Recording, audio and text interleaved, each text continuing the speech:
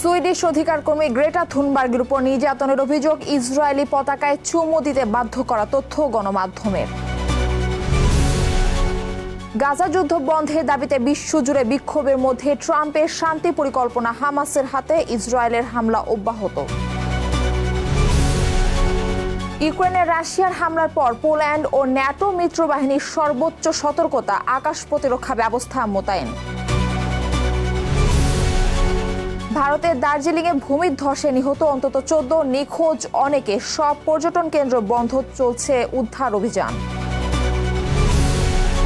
New ইয়র্কে প্রথম মুসলিম mayor হওয়ার স্বপ্ন নিয়ে মাঠে নামলেন জোরান মামদানি, কুইন্সের জ্যামাইকায় গণসংযোগ। গাজাগামে মানবিক সহায়তা জাহাজ আটক করার পর ইসরায়েলি বাহিনী সুইডিশ পরিবেশ কর্মী গ্রেটা থুনবার্গের উপর ভয়াবহ নির্যাতন চালিয়েছে। সে সময় তাকে অপমানজনকভাবে ইসরায়েলি পতাকা চুমু দিতে বাধ্য করা হয়। রোববার এক প্রতিবেদনে এই তথ্য নিশ্চিত করেছে সংবাদ মাধ্যম TRT ওয়ার্ল্ড। থুনবার্গকে নির্মমভাবে নির্যাতন ও হেনস্থা করার বিষয়টি CNN তুর্ককে দেয়া সাক্ষাৎকারে দাবি করেছেন তুরস্কের মানবাধিকার কর্মী এরসিন চালিক। এদিকে গাজার মানবিক সহায়তা নিয়ে সুমুদ ফ্লোটিলা থেকে আটক হওয়া 137 অধিকার কর্মীকে তুরস্কে পাঠিয়েছে ইসরায়েল। তবে গ্রেটা থুনবার্গকে ইসরায়েল থেকে ফেরত পাঠানো হয়েছে কিনা তা এখনও নিশ্চিত হওয়া যায়নি। গাজার উদ্দেশ্যে যাত্রা করা গ্লোবাল সুমুদ ফ্লোটিলা বহরের অনেক জাহাজ আটক করেছে ইসরায়েল। তবে সমুদ্রে কিছু জাহাজের জলযাত্রা এখনো চলমান রয়েছে। এর মধ্যে সবচেয়ে বড় নৌযানে রয়েছেন বাংলাদেশ থেকে ভ্রমণকারী আলোকচিত্রী শহীদুল আলম। কিভাবে গেলেন তিনি এবং তার সামাজিক মাধ্যম থেকে পাওয়া ফ্লোটিলার সর্বশেষ পরিস্থিতি নিয়ে বিস্তারিত জানাচ্ছেন আরাফাত ইয়াসার। বিশ্বব্যাপী আলোচিত গাজার উদ্দেশ্যে গ্লোবাল সমুদ ফ্লোটিলার জলযাত্রা এখন উত্তাল। ইসরায়েলের নৌবাহিনী গত কয়েকদিন ধরে এ বহরের একাধিক জাহাজ আটক করেছে। তবে এখনও কিছু জাহাজের চলমান যাত্রা অব্যাহত রয়েছে, যার মধ্যে বাংলাদেশের প্রখ্যাত আলোকচিত্রী শহীদুল আলমও রয়েছেন। তিনি বর্তমানে কনসাস নামক একটি বড় নৌযানে অবস্থান করছেন। কনসাস আন্তর্জাতিক উদ্যোগ ফ্রিডম ফ্লোটিলা কোয়ালিশন এবং 1000 ম্যাডলিনস টু গাজা নৌবহরের একটি জাহাজ। তার সহযাত্রীদের মধ্যে বিভিন্ন দেশের আলোকচিত্র শিল্পী, মানবাধিকার কর্মীও রয়েছেন। শহীদুল আলম বাংলাদেশের এক উল্লেখযোগ্য আলোকচিত্রী, যিনি মানবাধিকার, সমাজ ও সংস্কৃতি নিয়ে তার কাজের জন্য বিশ্বব্যাপী পরিচিত। তার আলোকচিত্রগুলো শুধু ছবির কাজই নয়, বরং অনেক সময় তিনি একটি রাজনৈতিক এবং সামাজিক বার্তা পৌঁছানোর জন্য ব্যবহার করেছেন। 2018 সালে ইসরায়েলি সেনাদের বিরুদ্ধে প্রতিবাদ করতে গিয়ে শহীদুল আলমকে আটক করা হয়, যা তখন বিশ্বব্যাপী এক আলোচনা সৃষ্টি করেছিল। গ্লোবাল সমুদ ফ্লোটিলা বহরের উদ্দেশ্য হল গাজার মানবিক সংকট মোকাবেলা করা এবং সেখানে আটকে পড়া মানুষদের জন্য সহায়তা পৌঁছানো। শহীদুল আলম সহ অন্যান্য সদস্যরা এই ফ্লোটিলার মাধ্যমে গাজার সংকটময় পরিস্থিতি বিশ্ববাসীর কাছে তুলে ধরতে চান। তাদের এই যাত্রা শুধুমাত্র একটি প্রতিবাদ নয়, বরং মানবিক সাহায্যের এক অন্যতম উদাহরণ।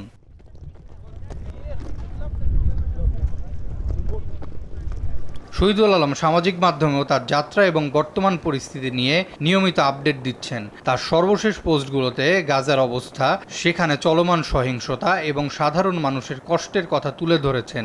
বর্তমানে তার সহযাত্রীদের মধ্যে উদ্বেগের সৃষ্টি হয়েছে, কারণ ইসরায়েলি নৌবাহিনী যে কোনো সময় তাদের আটক করতে পারে।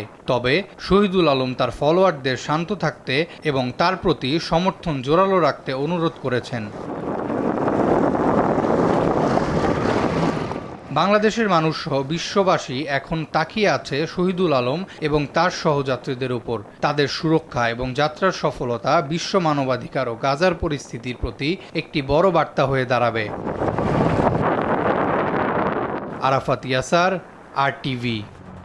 গাজা যুদ্ধের পটভূমিতে চলছে কূটনৈতিক উদ্যোগ, তবু হামলা যেন কোনোভাবেই থামছে না। মার্কিন প্রেসিডেন্ট ডোনাল্ড ট্রাম্পের 20 দফা শান্তি পরিকল্পনা হামাসের হাতে পৌঁছেছে। এদিকে হোয়াইট হাউসে ট্রাম্পের সঙ্গে আলাপে ইসরায়েলের প্রধানমন্ত্রী সহমত রয়েছে বলেও জানা যায়। মিশরে সোমবার শুরু হতে যাচ্ছে যুদ্ধবিরতি ও বন্দি বিনিময় নিয়ে আলোচনা। তবে গোটা বিশ্ব যেন ফুঁসে উঠেছে ইসরায়েল বিরোধী আন্দোলনে। বিস্তারিত থাকছে আরাফাত ইয়াসারের রিপোর্টে।